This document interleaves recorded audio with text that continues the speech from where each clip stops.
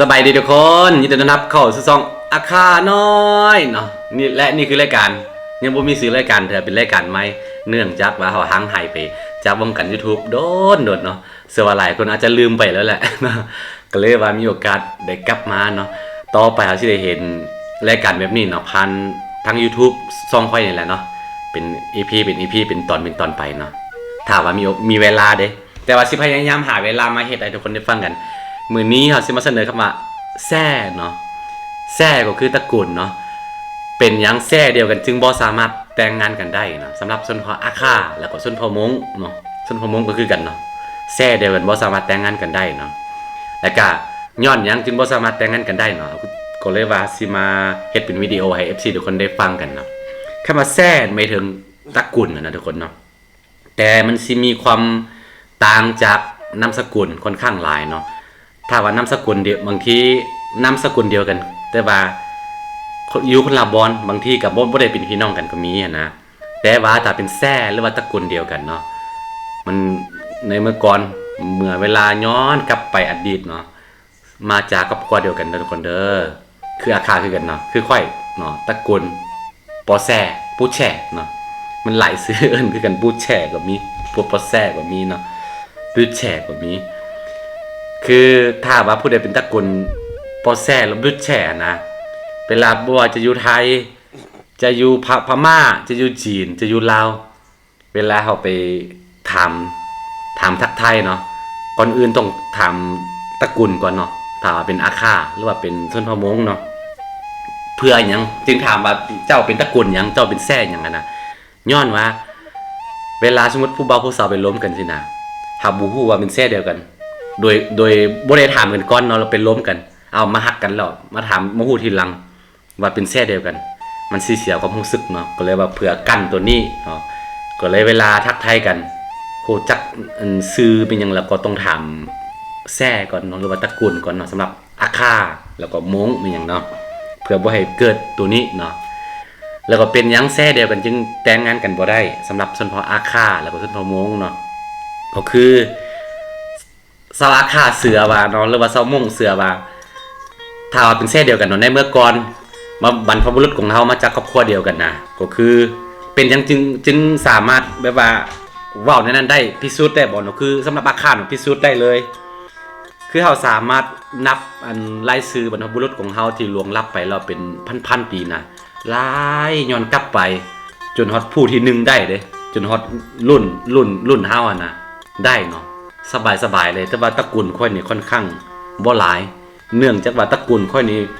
ต้นกำเนิดของตระกูลเฮานี่แบบบ่ได้เป็นอาคาสดๆอ่ะนะน่าจะเป็นคนเผ่าอื่นหรือว่าคนชนเผ่าอื่นที่มาเอา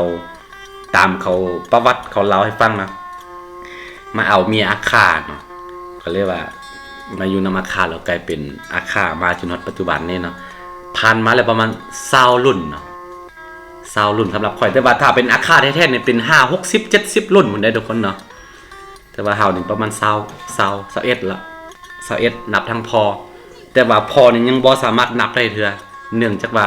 พอเสียแล้วแต่ว่าแม่ยังบ่ทันเสียเด้เวลาทั้งพอทั้งแม่เสียหมดแล้วก็จึงนับพอได้ว่าเป็นรุ่นที่21ทุกคนแล้วเฮาเป็นรุ่นที่22แล้วเด้อทุกคนเด้อเป็นยังเฮาจึงฮู้ว่ารุ่นที่22หรือว่ารุ่นที่21นะก็คืออาคาเขาเวลาตั้งชื่อลูกนะ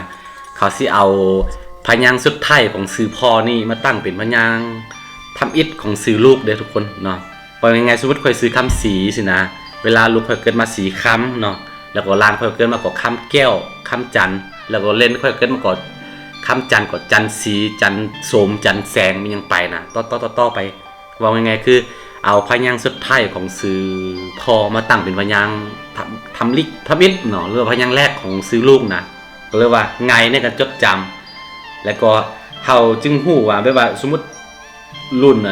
นทำอิฐเนาะพอเท่าค่อยทวดค่อยรุ่นทำอิฐมีลูก5คนสินะลูกแต่ละคนก็ฮู้ว่าแยกบ่นี้แยกบ่นี้เอามาลาเวลาอันไล่อันคืนซื่ออันบรรพบุรุษของเฮาเนาะสามารถฮู้ได้เลยว่าเฮาแยกบ่นี้แยกบ่นี้นี่คืออันนั้นเนาะเรื่องอัศจรรย์สำหรับชนเผ่าอาคาแต่ว่าบ่ฮู้ว่าสำหรับชาวมงนะมันมีบ่แบบนี้น่าจะมีคือกันเนาะเพราะอย่างที่ค่อยบอกไปหั่นแหละแซ่เดียวกันแล้วบ่สามารถแต่งงานกันได้ เขากั้นตัวนี้คือกั้นเรื่องอันทางวิทยาศาสตร์ก็คือเรื่องแบบว่าเวลาไปเอาอันคนตระกูลเดียวกันโดยที่เฮาบ่ฮู้ถ้าว่าบ่มีตัวนี้นะบ่ฮู้ว่าตัวเองเป็นตระกูลเป็นหยังไงนะบังเอิญเป็นตระกูลเดียวกันแต่ว่าอยู่คนละบ่อนเนาะแล้วมาเอากันแล้วเขาย่านเรื่องอันลูกเกิดมาแล้วสิเป็นพิการเป็นหยังไงนะหรือว่าบ่สมบูรณ์บ่เนาะพวกนี้นะเขาย่านเนาะพวกโรคหลายๆโรคเกี่ยวกับเรื่องอันพันธุกรรมนะเลือกซีดบ่ยังไงเนาะก็เลยแบบกั้นตัวนี้เนาะก็เลยบ่สามารถแต่งงานกันได้แต่ว่าสำหรับชนเผ่าอาคาแล้วเนาะคือตามที่ได้ยินอันเฮาเคยฟังประวัติเขามาแบบเคยฟังอันคนเฒ่าคนแก่เขาเว้าให้ฟังเนาะก็คือสำหรับอาคาแล้วผ่านไป7รุ่นเนาะหรือว่า7ชั่วอายุคนเนาะสามารถแต่งงานกับตระกูลคนตระกูลเดียวกันได้เนาะแต่ว่าต้องห่างกันระหว่างเจ้าบ่าวกับเจ้าสาวต้องห่างกัน7รุ่นนะหรือว่าว่าง่ายๆคือ7สัวโคตรทุกคนจึงแต่งงานกันได้เนาะแต่ในทางปฏิบัติในทางตัวจริงในสังคมทุกมื้อเนี่ยก็บ่เคยได้เห็นคนตระกูลเดียวกันแต่งงานกันเนาะเพราะว่าเฮามีความรู้สึกว่าเวลาถามว่าเจ้าเป็นตระกูลหยังเราก็ฮู้ว่าตระกูลนั้นกับตระกูลเฮาน่ะเป็นตระกูลเดียวกันเฮาก็รู้สึกว่าเขาเป็นพี่น้องหั่นนะเฮารู้สึกว่าเป็นพี่น้องหลายกว่าสิไปเป็นสู้เป็นแฟนกันนะก็เลยว่านี่คือข้อดีของชนเผ่าเนาะของคนชนเผ่าอาคาบ่ซัพพอร์ตแต่ชนเผ่าอันอาคาแล้วชนเผ่ามงเนาะที่มีแซ่เนาะอิวเมียนมีหยังบ่ลาหูมีหยังบ่หรือว่ามันหลายๆเผ่าที่มาจากจีนทิเบตเนาะมีหมดเนาะหรือว่า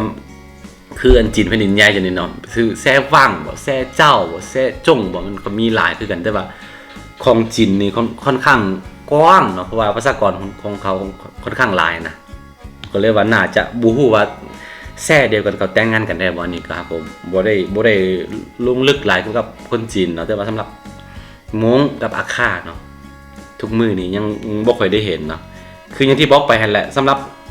อาคานี่ถ้าว่าผ่านไป7รุ่นแล้วแต่งได้อยู่แต่ว่าในทางปฏิบัติตัวจริงเราบ่เคยได้เห็นแต่สำหรับชนเผ่ามงเนาะชนเผ่ามงนี่โอ้ยังบ่เคยได้เห็นเนาะเป็นเรื่องต้องห้ามที่เคร่งครัดต้องได้ปฏิบัติแบบเคร่งครัดเลยนะถ้าว่าผู้ใดฝ่าฝืนก็มันสิมีอันเป็นไปก็เชื่อแบบนี้เลยทุกคนก็เลยว่าบ่นิยมแต่งกันเนาะนี่คือข้อดีคำว่าแซ่เนาะมันเป็นเรื่องแบบว่าละเอียดอ่อนเฮาบ่สามารถแบบว่าเฮาอธิบายได้หมดแบบทั้งหมดเลยเนาะทุกคนมันเป็นเรื่องละเอียดอ่อนสำหรับชนเผ่าเนาะทุกมื้อนี้มันมีวัยรุ่นเนาะบ่าวสาวเนาะฮู้ว่าเป็นตระกูลเดียวกันก็ยังมีกันลักลิ้นลักล้มกันฮู้ว่ามันเป็นไปบ่ได้ก็ยังลักล้มกันได้เนาะแต่ว่าหลายคนก็หลายคนเนาะในสังคมในโซเชียลมีเดียมันหยังทุกมื้อนี้ก็เห็นออกความคิดเห็นค่อนข้างหลายเกี่ยวกับแซ่หรือว่าตระกูลนี่นะว่าสังคมยุคสมัยมันเปลี่ยนไปแล้วสามารถคนแซ่เดียวกันน่าจะเอากันได้แล้วนะคือความรู้สึกในของชนเผ่าเนาะของอาคาของชนเผ่ามงเป็นอย่างนะในความรู้สึกลึกๆแล้วมันคือแต่ว่าสมมติค่อยเป็นผู้ชายเนาะแล้วก็ไปเอาคนแซ่เดียวกันนะรู้สึกว่าเอาน้องตัวเองเนาะเอาน้องตัวเองมาเป็นเมียสินะเขายกตัวอย่างแบบนี้ได้ทุกคนเนาะเพราะว่าเมื่อก่อนอย่างที่บอกไปนะเมื่อก่อนตอนอยู่จีนแผ่นดินใหญ่มันอย่างนะจีนแผ่นดินใหญ่เพราะว่าอย่างที่บอกไปเขาอาคามงเป็นอย่างพวกอันลาหูเป็นอย่างบ่อิวเมียนเป็นอย่างบ่ส่วนไหลมาจากจีนแผ่นดินใหญ่เนาะอพยพมาเนาะก็เลยเขาก็เลยเชื่อว่าตอนอยู่พุ่นนะมาจากครอบครัวเดียวกันเลยมาจากครอบครัวเดียวกันแล้วพ่อแม่เดียวกันแท้ๆนี่แหละทุกคนบ่แม่นว่าสันนิษฐานเป็นอย่างนั้นเนาะบ่แม่นว่าเรื่องนิยายเลยอันนี้คือเรื่องจริงเนาะซึ่งพิสูจน์ได้อย่างที่ค่อยเล่าไปให้ทุกคนเนาะก็เลยว่าเขามีความรู้สึกแบบเป็นน้องเป็นนมหลายกว่านะเป็นพี่เป็นน้องหลายกว่าสิเรื่องสู้เรื่องแฟนแต่ทุกมื้อนี่อย่างที่บอกไปทุกมื้อนี่ยังมีเนาะวัยรุ่นบ่าวสาวเนาะคนฝืนกับฟ้าฝืนระเบียบเนาะก็มีแล้วทุกคนเนาะแต่ว่าน่าจะเขาน่าจะเปลี่ยนเป็นนามสกุลมีอย่างไปเนาะพวกนี้ก็เนาะแต่ว่าสำหรับเฮาเนาะสำหรับเฮาก็อย่างที่บอกไปเฮาก็เรื่องนี้เฮาถ้าว่าผ่านไป7อายุคนแล้วก็ได้เนาะบ่เป็นหยังแต่ในความรู้สึกลึกๆมันก็คือมันเป็นพี่น้องกันนั่นแหละมันก็เนาะแล้วแต่มุมมองตัวนี้เนาะเพราะ ว่าหลายนักวิชาการหลายๆคนก็เห็นเขามาอธิบายเรื่องนี้แหละว่ายุคสมัยมันเปลี่ยนไปแล้วเนาะมันผ่านมาหลายสัวอายุคนหลายร้อยคนแล้วน่าจะยกเลิกเรื่องกันไม่ว่าคนแซ่เดียวกันบ่ให้ห้ามบ่ให้แต่งงานกันนะแล้วแต่เนาะแล้วแต่คนตัวนี้เนาะแต่ว่าสำหรับเฮาเนาะมันเป็นเรื่องละเอียดอ่อนมันเป็นเรื่องละเอียดอ่อนที่สุดเลยตัวนี้เนาะก็เรียกว่าเฮาบ่สามารถอธิบายได้หมดเนาะมันก็ขึ้นกับคนเนาะขึ้นกับมุมมองของใครของมันว่าผู้ใดคิดว่าเหมาะสมก็แต่งกันได้เนาะบ่เป็นหยังผู้ใดคิดว่าบ่เหมาะสมก็บ่ต้องแต่ง และสิ่งนี้ก็คือสิ่งดีๆเนาะที่บรรพบุรุษของเฮาได้ฝากไว้ให้กับคนรุ่นหลังเนาะอันนี้ก็แล้วแต่มุมมองของเฮาเนาะผู้ใดคิดว่าอย่างที่บอกไปเนาะผู้ใดคิดว่าโอเคก็น่าจะบ่มีปัญหามีหยังแหละทุกคนแล้วแต่ขึ้นกับคนหลายกว่าขึ้นกับบุคคลเนาะแต่สำหรับเฮาก็เฉยๆบ่เป็นหยังเนาะผ่านมาหลายแล้วบ่เป็นหยังแต่ว่าในความรู้สึกของเฮานี่น่าจะถ้าว่าเสียให้ค่อยไปเอาคนตระกูลเดียวกันก็น่าจะอย่างที่บอกคืออันค่อยเล่าไปนั่นแหละน่าจะโหมีความรู้สึกเป็นพี่น้องหลายก็สิเป็นสู้เป็นแฟนนะมันมีเรื่องราวตอนเป็นเรียนม.ต้นม.ปลายเนี่ยว่าเห็นหมู่มาบ้องมาเห็นหมู่เห็นอันผู้เบางามแล้วล้อมีเห็นผู้สาวงามสุดท้ายไปแอบไปมักเขาแล้วเนาะลงเขาแล้วนะโหทีหลังเป็นอันแซ่เดียวกันนะบ่ก็เลยว่าได้ท่ามใจเป็นไปบ่ได้ นี่คือเรื่องราวของคนนั้นอาฆาตเนาะคนชนเผ่ามงเด้